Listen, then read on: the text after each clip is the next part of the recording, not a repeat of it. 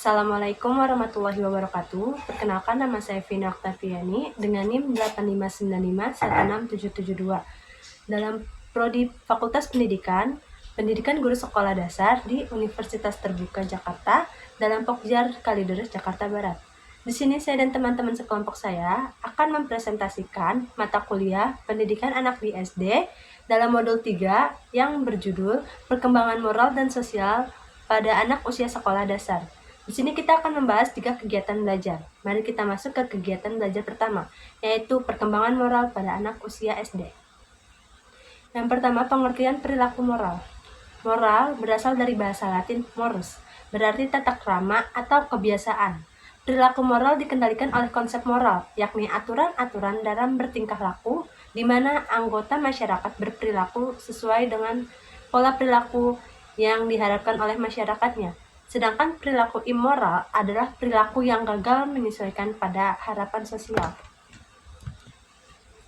Lalu ada cara mempelajari moral. Ada 2 filsuf, yaitu Piaget dan Colbert.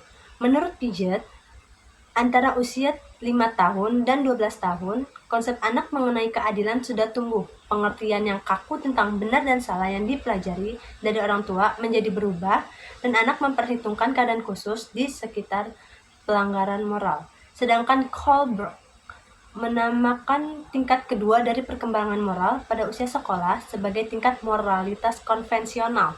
Dalam tingkat ini yang disebut juga sebagai moralitas anak, baik anak mengikuti peraturan untuk mengambil hati orang lain dan untuk mempertahankan hubungan-hubungan yang baik.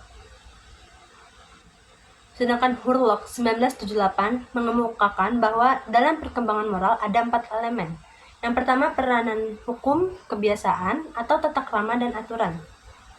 Seperti yang kita ketahui, ketika masa kanak-kanak, anak tidak terlalu dituntut untuk tunduk pada hukum dan kebiasaan, sebagaimana yang diharapkan pada anak yang lebih besar. Secara perlahan, untuk belajar aturan yang dibentuk oleh berbagai kelompok yang berbeda, seperti di rumah, sekolah, dan lingkungan rumah tangga, peranan hukum diperlukan. Hal ini membentuk dasar dari pengetahuan mengenai apa yang diharapkan oleh kelompok-kelompok yang berbeda. Lalu yang kedua, peranan kata hati.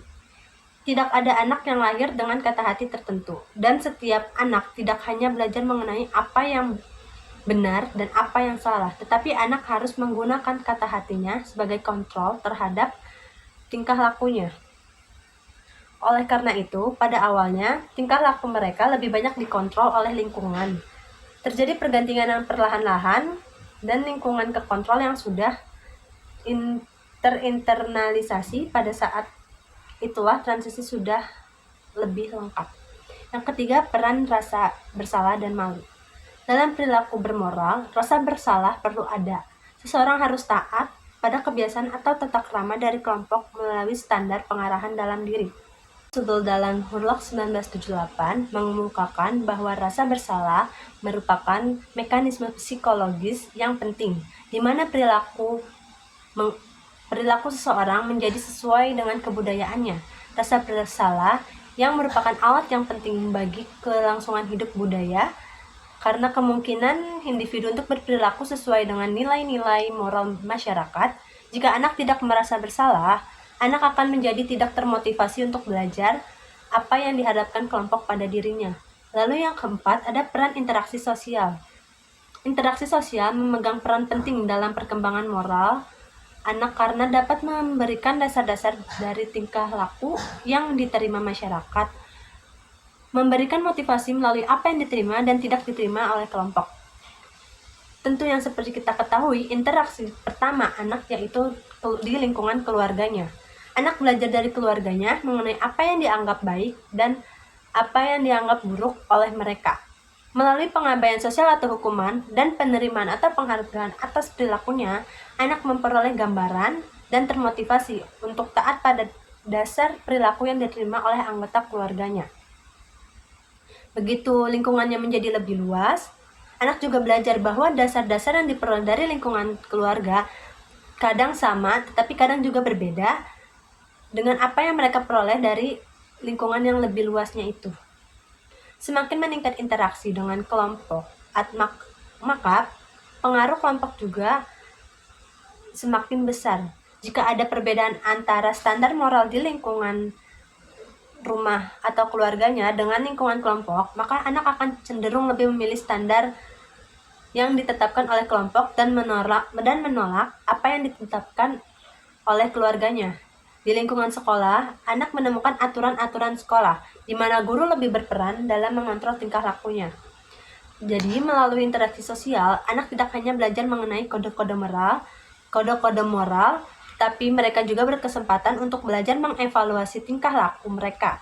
Jika evaluasi menyenangkan, maka anak akan termotivasi untuk taat pada standar moral yang telah ditetapkan lingkungan. Jika evaluasi tidak menyenangkan, maka anak akan mengubah standar moral mereka dan menerima apa yang diharapkan lingkungan padanya. Lalu ada disiplin. Konsep umum dari disiplin disamakan dengan hukuman. Konsep ini menyatakan bahwa disiplin digunakan jika anak melanggar aturan-aturan yang ditetapkan oleh orang tua, guru, ataupun orang dewasa lainnya. Disiplin merupakan cara masyarakat mengajarkan anak berperilaku moral yang diterima oleh masyarakatnya. Biasanya disiplin ini berkaitan dengan hukuman juga. Tujuan disiplin membentuk perilaku yang sesuai dengan kelompok masyarakatnya. Pembahasan selanjutnya akan dilanjutkan oleh teman saya. Perkenalkan, nama saya Nanda Putri Syabania dengan NIM 859916805. Pentingnya disiplin bagi anak. Yang pertama, disiplin membuat anak memiliki perasaan yang damai. Kedua, anak dapat memahami pola perilaku yang baik dan tidak baik untuk diterima. Ketiga, disiplin membuat anak hidup sesuai dengan norma yang ada. Yang keempat, disiplin juga membuat anak dapat mengembangkan kata hatinya untuk membuat keputusan pengendalian perilakunya. Kemudian, hal-hal yang penting dari disiplin untuk anak usia sekolah dasar menurut Harlock 1980 berikut ini. Yang pertama, alat untuk pembentuk moral. Pengajaran yang baik dan buruk perlu ditekankan pada alasan mengapa beberapa pola tingkah laku diterima sementara yang lain tidak. Yang kedua, penghargaan. Penghargaan merupakan hal yang efektif, maka pemberian penghargaan juga harus tepat disesuaikan dengan usia anak dan perkembangannya. Yang ketiga, hukuman. Sebagaimana penghargaan, hukuman perlu dikembangkan secara tepat. Yang keempat, konsistensi. Disiplin yang baik adalah disiplin yang diberikan secara konsisten. Apa yang benar saat ini juga benar di saat yang lain. Kemudian pemberian hukuman dan penghargaan. Menanamkan aturan-aturan dan disiplin melalui hukuman dan penghargaan tampaknya tidak dapat diabaikan. Dengan hukuman, anak belajar mengapa ia dihukum dan anak akan lebih memahami mengapa perbuatan yang dilakukan itu salah. Pemberian hukuman pun hendaknya segera konsisten dan konstruktif dengan alasan yang jelas. Adapun pemberian hukuman dapat berfungsi untuk 1. Membatasi tingkah laku anak. Yang kedua, mendidik. Yang ketiga, motivasi untuk menghindari terjadinya tingkah laku sosial yang tidak diinginkan. Kemudian, agama bagi anak usia sekolah. Berikut ini hal yang tidak dapat disangkal bahwa perasaan keagamaan termasuk keperasaan yang luhur dalam jiwa seseorang. Demikian juga anak mempunyai keyakinan beragama yang diperoleh dari lingkungan rumah ataupun sekolah. Misalkan anak-anak diajarkan memikirkan tentang Tuhan sebagai seseorang yang akan marah jika anak berbuat kesalahan dan akan menghukumnya untuk dosa yang dia lakukan. Melalui pelajaran agama dan PPKN, anak sekolah dasar dapat lebih memahami agama. Bagaimana caranya? Dengan mengajarkan konsep keagamaan, diajarkan dalam bahasa sehari-hari misalnya agar anak dapat memahami tata cara misalkan anak dapat memahami tata cara makan. Tidak boleh sambil bicara sebelum makan, harus cuci tangan dan berdoa sebagai pengungkapan rasa syukur pada Tuhan yang Maha Kuasa. Saya Fadli Nur Khairi dengan NIM 859516837. Di sini saya akan menjelaskan tentang penyesuaian diri dan penerimaan sosial. Yang A, makna perkembangan sosial bagi anak usia sekolah dasar. Perkembangan sosial mempunyai arti kemampuan untuk berperilaku sesuai dengan harapan-harapan kelompok sosialnya. Dalam hal ini, terjadi 3 proses sosialisasi yang saling berkaitan. Kegagalan pada salah satu proses akan menyebabkan tingkat sosialisasi individu rendah. Di sini ada 3 proses sosialisasi. Yang pertama, belajar untuk bertingkah laku sesuai dengan cara atau norma yang berlaku untuk bersosialisasi. Anak tidak hanya mengerti apakah tingkah laku ini diterima, tetapi juga memberi contoh tingkah laku mereka selama masih dapat diterima kelompok. Yang kedua, bermain sesuai dengan peran sosial. Yang diharapkan anak pun belajar mempunyai peran dan memahami peran-peran yang ada di lingkungan sekitarnya. Diharapkan ada peran sosial yang diharapkan baik untuk orang tua dan anak maupun guru dan siswa. 3. Mengembangkan sikap-sikap sosial. Untuk bersosialisasi, anak harus berlatih menyukai orang lain dan aktivitas sosial. Hal-hal penting dari proses sosialisasi adalah bagaimana seorang anak belajar bersosialisasi dan dapat bergaul. Sangat tergantung dari beberapa faktor berikut. Di sini ada faktor-faktornya. Yang A, kesempatan untuk bersosialisasi merupakan hal yang penting karena anak tidak dapat belajar untuk hidup secara sosial dengan orang lain jika anak meluangkan sebagian besar waktunya untuk kegiatan sendiri. Yang B, anak perlu mengomunikasikan hal-hal yang tidak dipahami dan diminati oleh orang lain. Untuk itu perlu komunikasi yang menyenangkan. Yang C, anak hanya akan belajar untuk bersosialisasi jika termotivasi untuk melakukannya. Hal ini amat tergantung dari seberapa besar kepuasan dari berbagai aktivitas sosial yang diikutinya. Apakah ia senang dalam interaksinya dengan orang lain? Yang D, bagaimana metode efektif yang digunakan untuk belajar bersosialisasi? Melalui trial atau error, anak belajar pola-pola tingkah laku yang sesuai dengan penyesuaian sosial.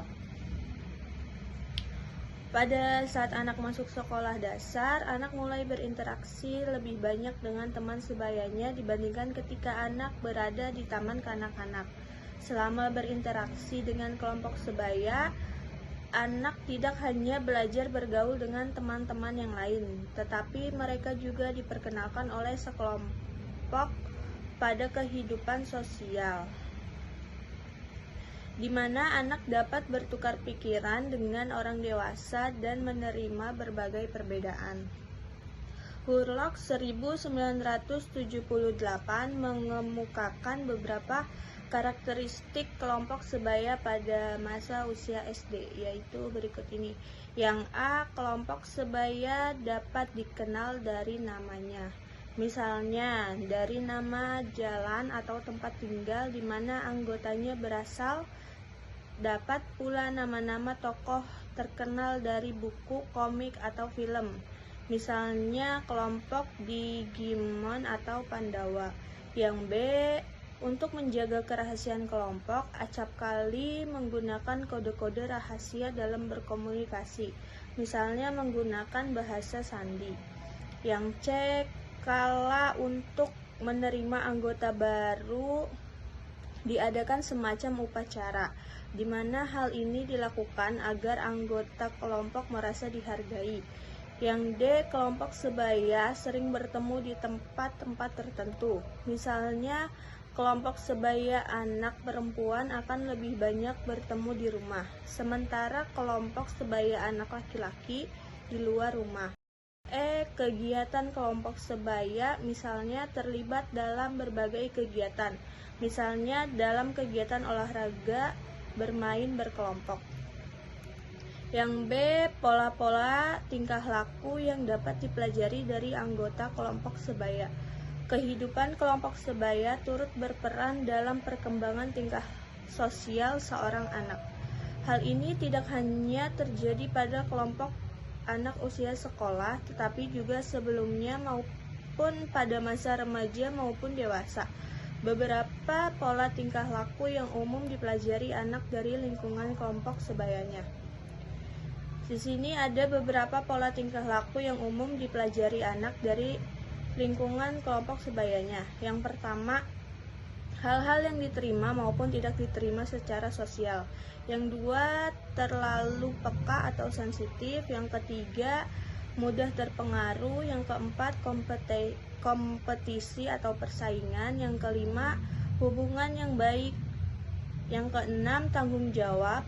Yang ketujuh, kesadaran sosial. Yang kedelapan, diskriminasi sosial. Nama saya Fajri Fatur Rizky dengan NIM 856911685.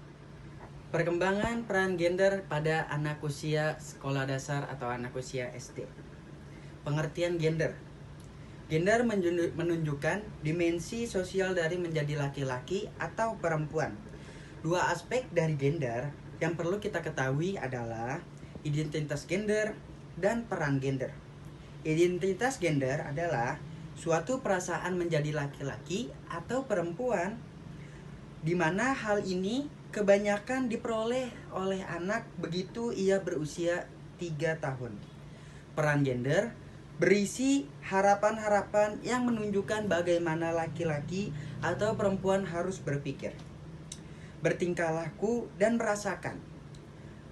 Kemudian ada stereotype gender, artinya sebagai seperangkat keyakinan tentang karakteristik yang menjadi perempuan dan laki-laki. Oke. Kemudian ada Santrok 1992. Pengertian dari Santrok 1992. 1. Pengaruh orang tua. 2. Pengaruh kelompok sebaya. Kelompok cenderungnya mencela anak yang terlihat dalam permainan yang tidak sesuai dengan jenis kelaminnya. Kemudian 3. Pengaruh sekolah dan guru. 4. Pengaruh media sosial atau media massa. B. Peran gender di usia sekolah. Pada usia sekolah, anak laki-laki mempunyai identitas peran maskulin, sedangkan anak perempuan lebih androgini, yaitu adanya ciri-ciri maskulin atau feminim pada individu yang sama.